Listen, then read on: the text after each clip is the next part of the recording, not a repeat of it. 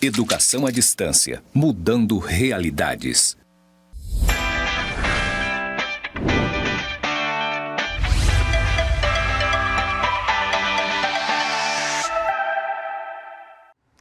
Olá, querido aluno, querida aluna, eu sou a professora Kênia Freitas, esse é o meu sinal, e agora vou passar a audiodescrição. Estou no estúdio do IFRO Porto Velho, Zona Norte. Atrás de mim há uma parede branca com os dizeres EAD Mudando Realidades na cor verde. Sou morena, não sou muito alta, meus cabelos são castanhos escuros, curto, encaracolado, uso óculos, meus óculos são azuis, estou vestindo uma camisa verde, uma saia florida e um sapato na cor creme. Vamos então agora passar para a nossa web aula 2. A nossa disciplina Multiculturalismo e Direitos Humanos.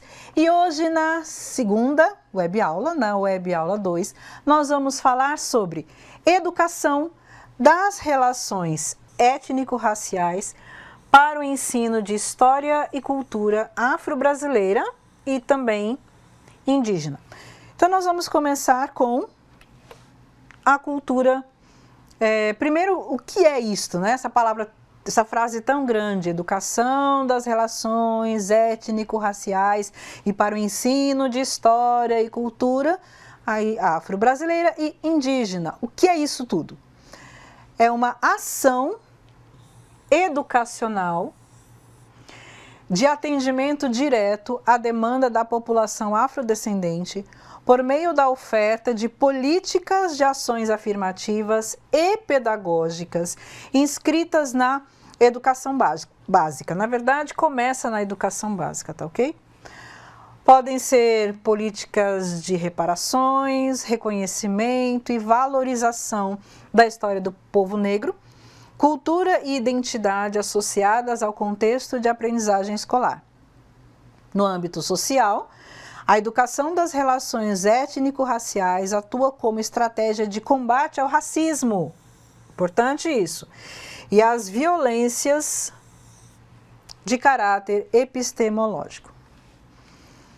Então vamos começar pelo ensino escolar da história e cultura africana e afro-brasileira.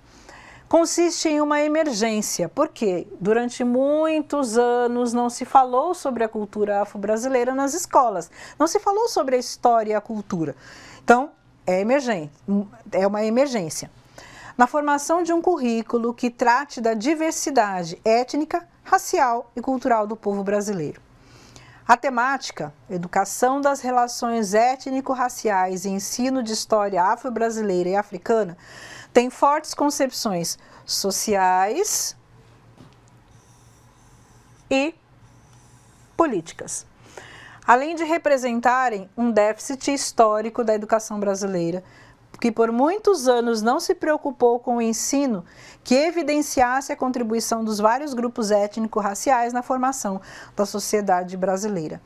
Então, o ensino de história do povo afrodescendente é uma emergência. Por muitos anos não se falou sobre isso na escola.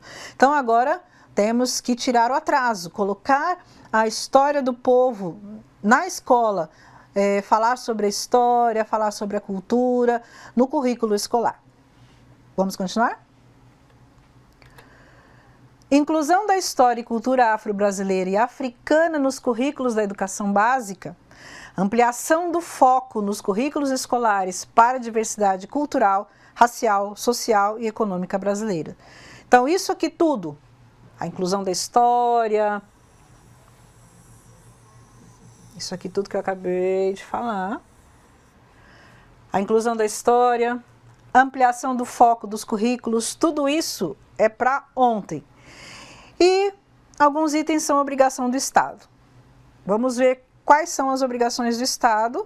E é claro que tem obrigação nossa também como sociedade, como comunidade, mas vamos lá.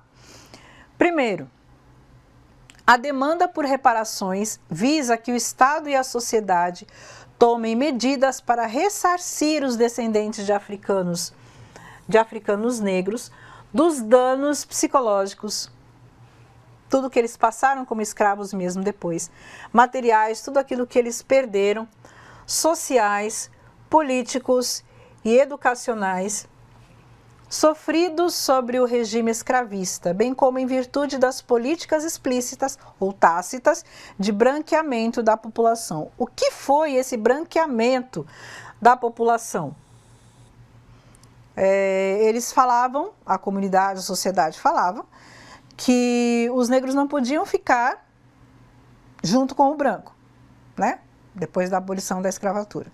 Eles tinham que ir para um lugar sozinhos, reservados, uma comunidade só deles, onde eles pudessem usar e fazer o que eles quisessem, pudessem fazer com que a sua cultura permanecesse. Isso que o governo falava. Mas o que eles queriam? O branqueamento da sociedade, ou seja, os negros ficavam excluídos e os brancos ficavam lá vivendo normalmente. Esse é quando a gente fala de branqueamento da sociedade, tá bom? Da população.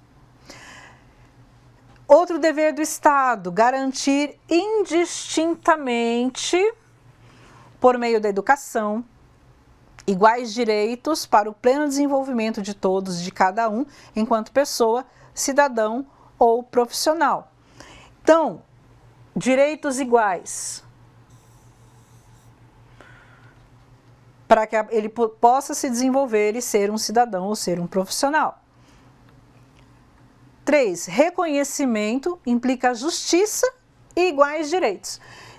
Direitos sociais, direitos civis, direitos culturais e econômicos, bem como valorização da diversidade, daquilo que distingue os negros dos outros grupos que compõem a população brasileira. Então, o negro precisa ser reconhecido e poder viver a sua cultura, a sua diversidade, onde ele estiver.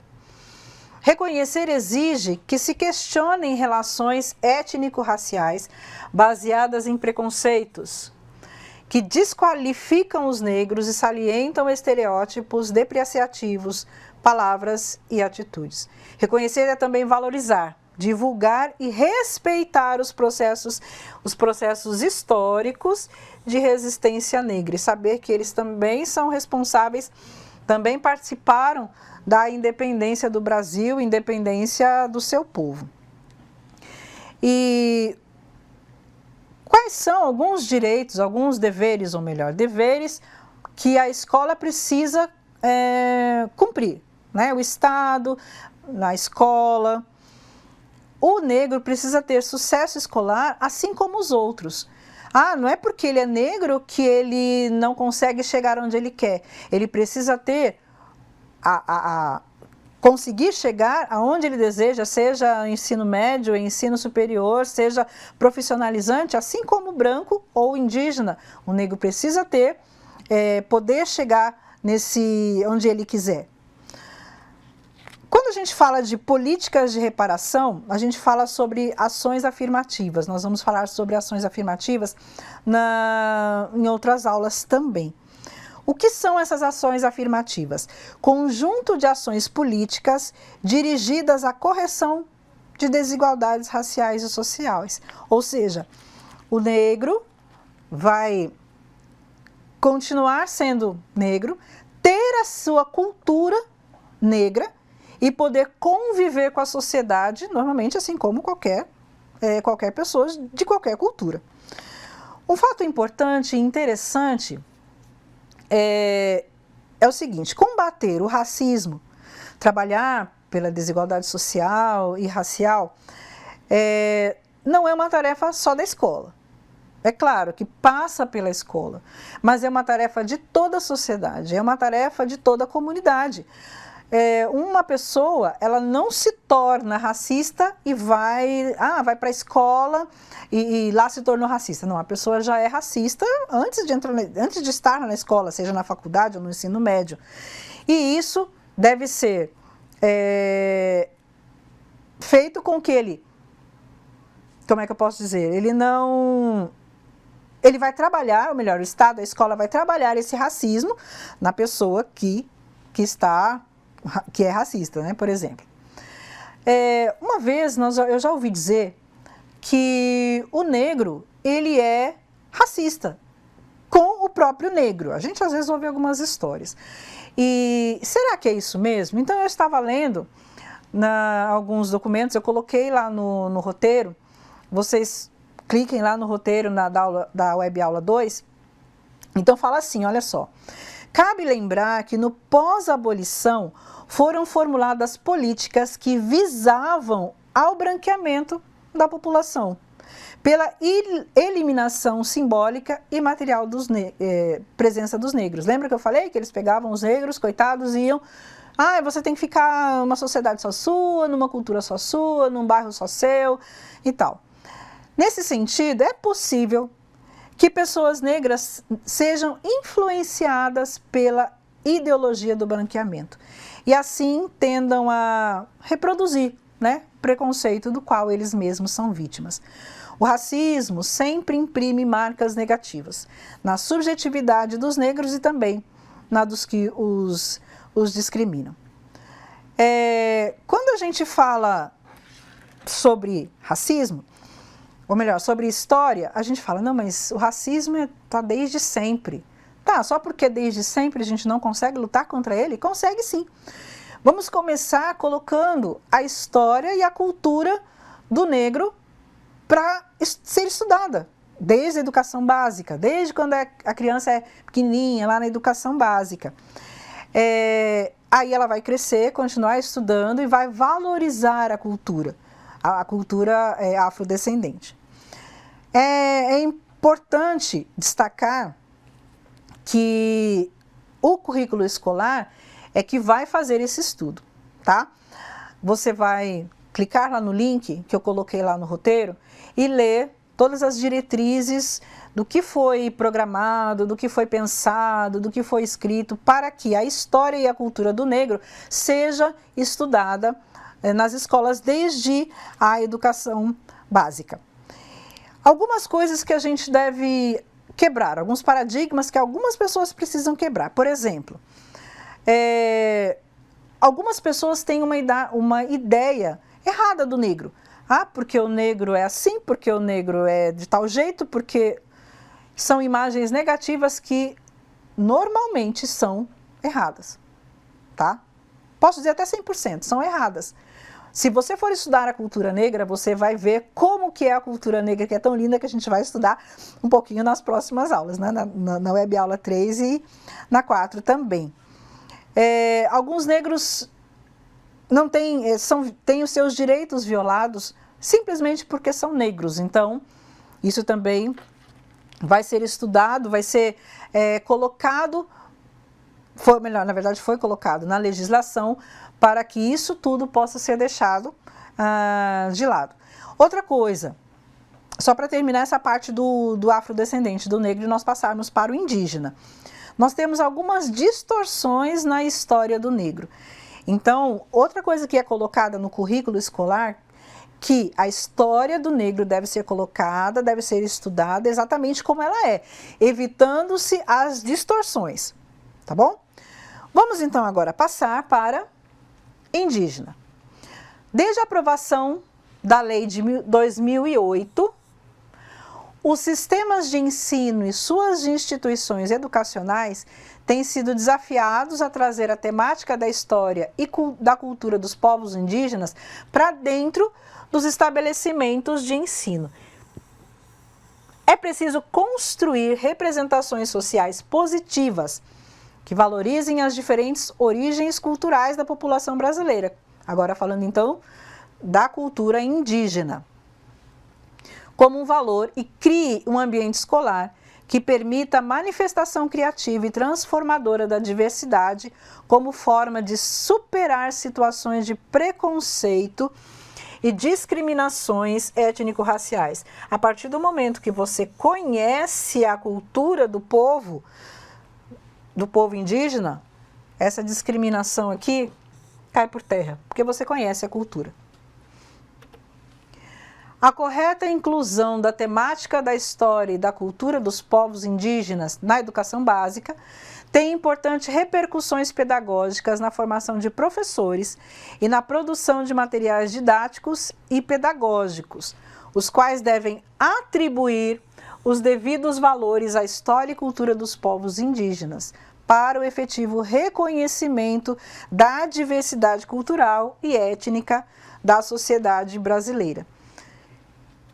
Afinal de contas, quando o português aqui chegou, quem é que estava aqui? O indígena. Ele já tinha a sua cultura, ele já fazia, por exemplo, que nós vamos falar nas outras aulas, ele já dançava, ele já cantava, ele já fazia a sua alimentação, ele tinha a sua religião, então ele tinha a sua cultura. Então, por que agora a cultura do indígena não serve, não é boa, então nós vamos deixar de lado e ele vai usar a cultura, vai pegar a cultura, por exemplo, do português, do europeu. Por quê? O indígena tem a sua cultura e ela é ótima, ela é muito linda, então ela deve continuar. Uma maneira é que essa cultura seja estudada na escola. Há também um documento, eu coloquei o link lá no roteiro, que você vai ver que eles têm o direito de continuar com a sua cultura e nós temos o dever de aprender sobre eles, de estudar sobre eles, sobre essa diversidade cultural, sobre a sua cultura, sobre as suas histórias, sobre como que eles são. Afinal de contas, eles estavam aqui bem antes de outras pessoas chegarem. Nós temos aqui alguns itens que eu gostaria que você pensasse um pouco. Olha só. Quando você pensa em índio, qual a ideia que vem na sua cabeça? Será que é aquela ideia lá da escola, daquele índio que é desenhadinho e tal? Qual é a ideia que vem na sua cabeça? Para você pensar. Então, há um documento que fala que nós vamos estudar o índio, não como uma coisa florida, mas o real. Como é o índio, qual a sua cultura, o que ele gosta e como é que ele é. Outra coisa, às vezes a gente fala assim, o índio é tudo igual. Não são todos iguais. Tem várias tribos, vários grupos, línguas diferentes, tradições diferentes, culturas diferentes. Isso também deve ser estudado. Não falar assim, índio é tudo igual. Não, índios não são todos iguais, não. Eles têm a sua cultura diferente, cada um tem o seu jeito de viver, de passar a sua cultura para frente, enfim. E isso é muito importante, tá? O estudo da cultura indígena deve começar desde a educação básica. Assim como o negro, o afrodescendente, deve começar desde a educação básica, o estudo da sua cultura e da sua história. Da indígena, mesma coisa. E uma coisa que a gente precisa colocar, a cultura indígena é importante? Sim. Muitas coisas que nós usamos, que nós fazemos, têm a origem na cultura indígena. Alguns a gente até já sabe, outras coisas, é verdade? Puxa, eu nunca tinha pensado nisso. Nós vamos ver também nas próximas aulas. Os indígenas, os índios, não estão em extinção. Tá acabando, os índios estão acabando. Não, eles não estão acabando. Às vezes estão diminuindo, né? Alguns até por causa das doenças trazidas pelo branco, ele às vezes, né, acaba tentando tratar como eles sempre fizeram, mas eles não estão acabando, não estão se extinguindo não, tá? Precisam ser respeitados porque eles têm direitos aqui no nosso Brasil, tá bom? E leia lá, o documento é bem extenso, mas é muito interessante, você vai gostar. E eu espero que a gente possa, quem sabe, comentar aí um pouquinho sobre a cultura indígena, tá bom? E terminando aqui, eu trouxe um trechinho.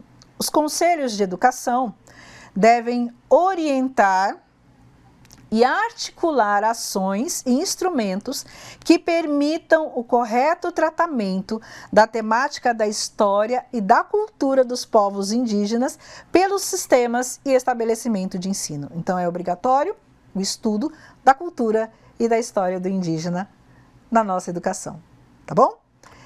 E nós terminamos a nossa disciplina, a nossa web aula 2, e eu aguardo vocês na próxima aula.